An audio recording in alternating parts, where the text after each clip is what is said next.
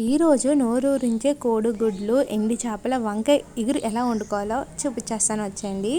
ముందుగా అయితే పెనం మీద కొద్దిగా ఆయిల్ వేసి ఎండి చేపలు కోడిగుడ్లు వేపుకోండి. ముందైతే ఎండి చేపలు వేగిపోతాయి కాబట్టి అవి తీసి పక్కన పెట్టేసుకుని తర్వాత ఇంకొక 5 మినిట్స్ ఎగ్ కూడా వేపుకొని అవి కూడా దించేసి పక్కన పెట్టుకోండి. ఆ తర్వాత కొద్దిగా ఆయిల్ వేసేసి మళ్ళీని ఉల్లిపాయలు అన్నీ వేపేసుకోండి. ఉల్లిపాయలు పచ్చిమిరకాయలు కూడా వేపేసుకోండి. ఆ తర్వాత టమాటాలు కూడా యాడ్ చేసేసి బాగా మగ్గించుకోండి. ఆ తర్వాత చిన్న ముక్కలుగా కోసుకున్న వంకాయలు కూడా వేసుకొని వేపుకోండి.